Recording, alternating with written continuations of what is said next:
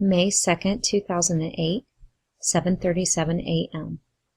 Oh my God! Somebody! Help! Nick and I plunged in through the school doors, the wind taking hold of mine and shutting it abruptly behind me.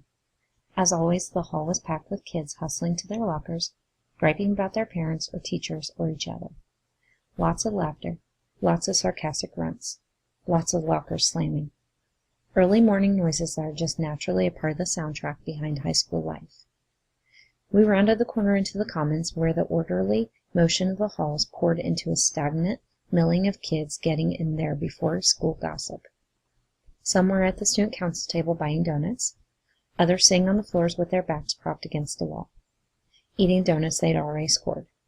Some cheerleaders were balanced on chairs hanging assembly posters. A few kids were tucked back against the stage area, making out. The school losers, our friends, were waiting for us, draped over chairs turned backward at a round table near the closed kitchen entrance. A few teachers, the brave ones, like Klein and Mrs. Flores, the art teacher, were wandering through the crowd trying to keep up some semblance of order among them. But everyone knew it was a losing battle. Order and the commons rarely went together. Nick and I stopped just after we entered the room. I stood on my tiptoes and craned my neck. Nick was surveying the entire room. A cold grin swiped across his face. "Over there," I said, pointing. "There she is." Nick scanned where I was pointing and found her. "I'm so going to get a new MP3 player out of her," I said. Nick unzipped his jacket slowly, but he didn't take it off. "Let's go get this finished," he said. And I smiled because I was so happy he was going to stick up for me. And I was happy that Christy Bruder was finally going to get what she had coming to her, too. This was the old Nick, the Nick I'd fallen in love with, the Nick who stood up to Christy Bruder and whoever else was making life miserable for me, who never backed down when one of the football players would come after him, trying to make him look small. The Nick who understood where it felt like to be me. Crappy family, crappy school life, people like Christy Bruder constantly in my face reminding me that I wasn't like them, that I was somehow less than them. His eyes took on a strange, faraway look, and he began walking briskly through the crowd ahead of me. He wasn't paying attention to where he was going. He was just walking through people, his shoulders butting theirs and knocking them backward. He left me in a wake of angry faces and indignant shouts, but I ignored them and just followed him as closely as I could. He reached Christy a few steps before I did. I had to crane my neck to see her over his shoulder, but I could still hear him. I was strained to hear him because I didn't want to miss a second of him scaring the heck out of Christy, so I'm sure of what I heard. I still hear it just about every day. He must have bumped Christy on the shoulder or something, just like she'd done to me on the bus. I couldn't really see for sure because at that point his back was still to me, but I saw her pitch forward a little bit, almost knocking into her friend Willa. She turned around with a surprised look and said, "What's your problem?"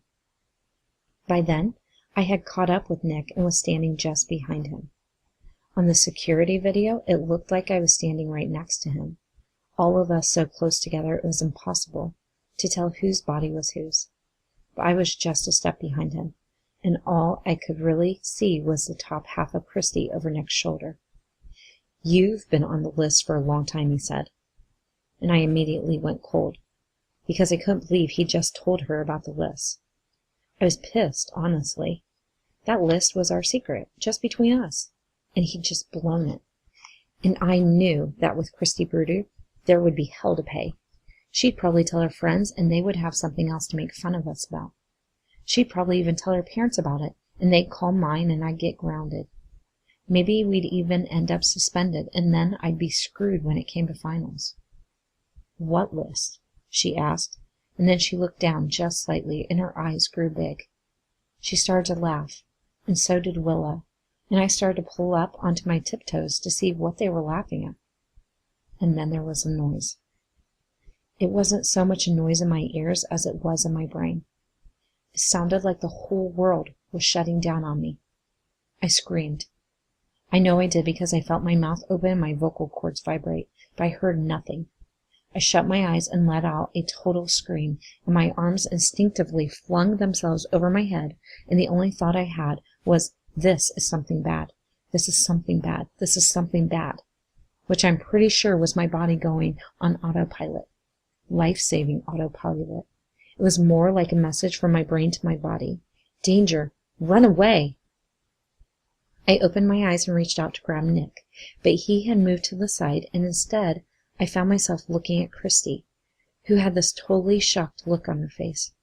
Her mouth was open like she was going to say something, and her hands were both clutching her stomach. They were covered with blood. She wavered and then began to fall forward. I jumped out of the way, and she hit the floor between me and Nick. I looked down at her, feeling like I was in slow motion, and saw that there was blood spreading across the back of her shirt as well, and there was a hole in the fabric right in the middle of the blood. Got her, Nick said, looking down at her too. He was holding a gun and his hand was shaking. Got her, he repeated. He kind of laughed a little. This high-pitched laugh I still think was surprise more than anything. I have to believe it was a surprise laugh. I have to believe he was as surprised by what he did as I was. That somewhere underneath the drugs and the obsession with Jeremy was a Nick who, like me, thought it was all a joke. All a what if. And then everything snapped him into real time. Kids were screaming and running, clogging the doorways and falling over one another. Some were standing around looking amused like someone had just pulled off a good prank, and they were sorry they'd missed it.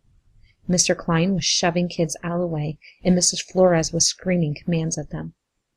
Nick started to rush through the crowd too, leaving me with Christy and all that blood. I turned my head, and Willa and I locked eyes. "Oh my God!" somebody screamed. "Somebody! Help!" I think it was me screaming, but even today, I can't be sure. Chapter 4. From the Garvin County Sun-Tribune, May 3, 2008, reporter Angela Dash. Jenny Baker, 16. Baker, a straight-A honor roll student, was reportedly saying goodbye to friends before rushing to first period when the first gunshot rang out. According to witnesses, Baker appeared to be a deliberate target.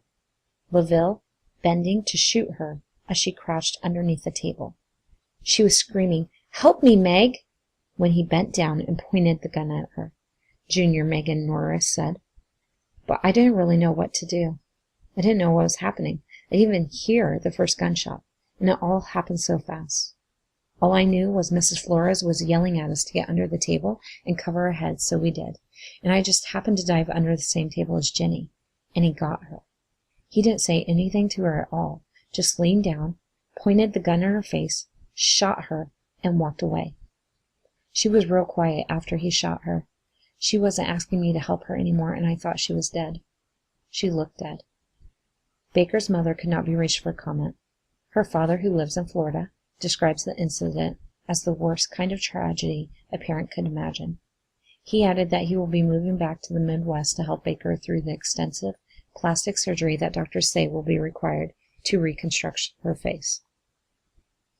"So did your mom go back to work today?" Stacy asked. We were in the lunch line getting our trays filled. We'd just come out of English together. Class had been tense, but livable. A couple girls passed notes back and forth to one another, and Jenny's seat was empty. But other than that, things were quiet. Mrs. Long, my English teacher, was one of the few who'd signed that letter of thanks from the school board. Her eyes got kind of teary when I'd walked into the room, but she didn't say anything. Just smiled and nodded at me. Then she let me take my seat, and she started class. Thank God. "Yeah." "My mom said your mom called her the other day just to talk." I paused, tongs full of salad poised over my tray. "Really? How'd that go?" Stacy didn't look back at me, but instead kept moving, eyes focused on her lunch tray.